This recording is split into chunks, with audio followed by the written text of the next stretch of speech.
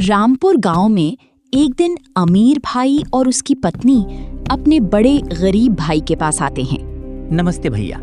अरे भाई, आज बहुत दिनों बाद आया है। आओ बैठो। फिर निखिल और सोनिया खाट पर बैठ जाते हैं और निखिल किसी से फोन पर बात करने लगता है। 4 करोड़ की मशीन लो, समझे तुम लोग? मुझे कुछ नहीं पता, मुझे जल्द से जल्द कोटेशन चाहिए। हाँ, और मुझे एक बात और बताओ, मल्होत्रा साहब का क्या चक्कर है? उन्होंने मुझे अभी तक 3 चेक दिए हैं और तीनों के तीनों बाउंस हो चुके हैं। उनसे कह दो मुझे ऐसा चेक दें जो बाउंस ना हो, वरना हम उनके साथ कोई बिजनेस नहीं करेंगे। नव्या, बाहर आकर देखो कौन आया है। भैया जरा पानी लेकर आना, बहुत प्यास लगी है। हाँ, अभी लेके आता हूँ। इतने में अंदर से नव्या भी आ जाती है। अरे निखिल, तुम कैसे? निखिल अपनी भाभी की बात बीच में काटते हुए हाथ से रुकने का इशारा करता है और फिर से फोन पर बात करने लगता है।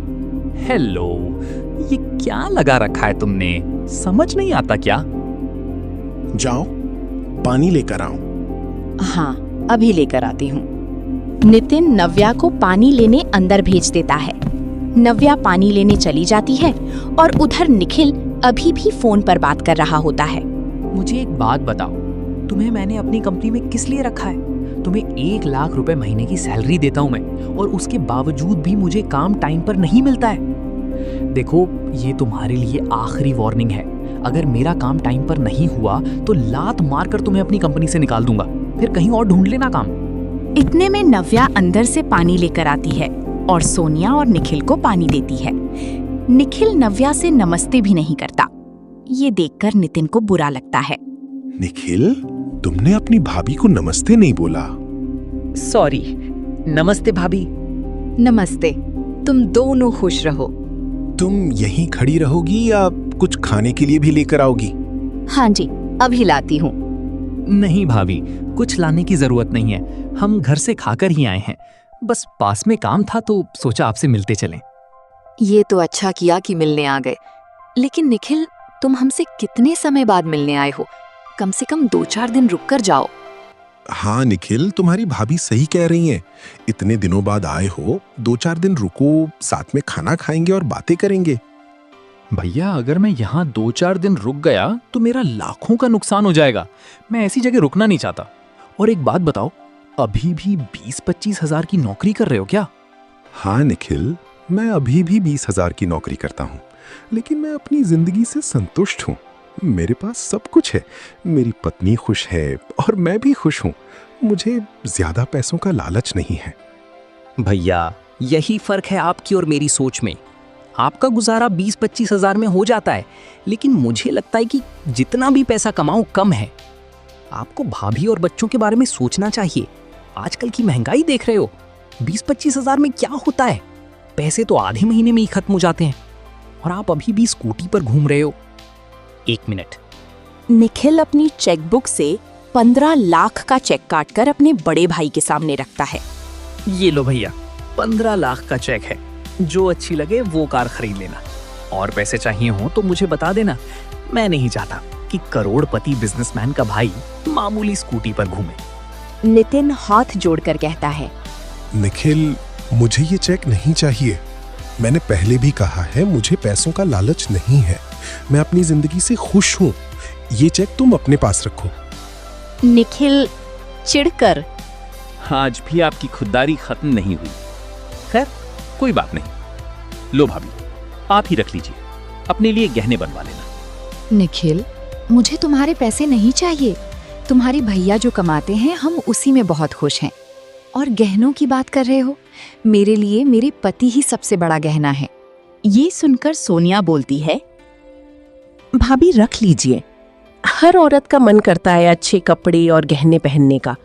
आप कुछ अच्छा खरीद लेना। आपको ऐसे देखकर अच्छा नहीं लगा? नहीं सोनिया, मैं समझती हूँ, लेकिन मैं जो है उसी में खुश हूँ।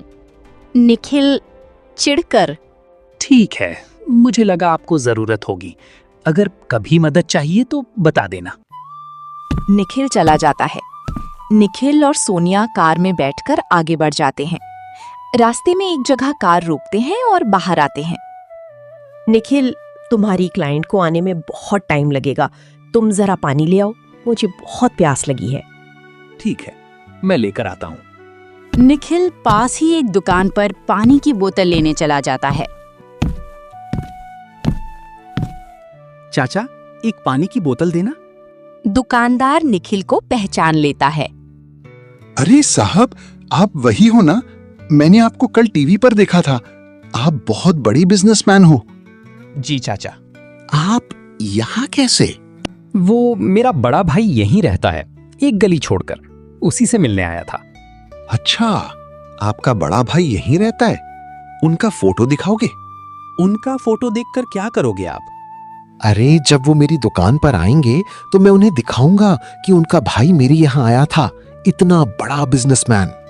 ठीक है। निखिल अपने फोन में अपने भाई की फोटो ढूंढने लगता है, लेकिन उसे फोटो नहीं मिलती। क्या हुआ? फोटो नहीं है क्या? मैंने नया फोन लिया है, इसलिए उसमें उनकी फोटो नहीं है। अरे साहब, परिवार की भी फोटो नहीं है? कमाल है। आजकल लोग तो अपने परिवार के साथ सेल्फी लेकर फोन में रखते हैं, और आपके पास अपने बड़े भाई की फोटो ही नहीं है। खैर, छोड़ो, ये लो पानी। दुकानदार निखिल को पानी की बोतल दे देता है। निखिल पेमेंट करके वहां से चला जाता है। कार के पास पहुंचकर निखिल उदास चेहरे के साथ बैठता है। कुछ सोचने के बाद वो वापस अपने भाई के घर जाता है। भैया। अरे निखिल, वापस कैसे आ गए? भैया, मैं कुछ भूल गया था, वही लेने आया हूँ। अरे आओ, बैठो। इतने में अंदर से नव्या भी आ जाती है। निखिल, तुम वापस आ गए? जी भाभी। भैया भाभी, क्या मैं आप दोनों के साथ एक फोटो ले सकता हूँ? ये सुनकर नितिन और नव्या खुश हो जाते हैं। अरे निखिल, ये भी कोई पूछने की बात है? हम तेरे अपने हैं। आओ, फोटो ले लो। सॉरी भैया। निखिल अपने भैया भाभी के साथ फोटो लेता है। भाभी, फोटो बहुत अच्छी आई है। क्या आप मेरे लिए कुछ खाने को ला सकती हैं? मुझे बहुत भूख लगी है। हाँ, क्यों नहीं, अभी लेकर आती हूँ। नव्या अंदर चली जाती है। इतने में निखिल अपने भाई नितिन के गले लग जाता है और रोते हुए कहता है, भैया, मुझे माफ कर दीजिए।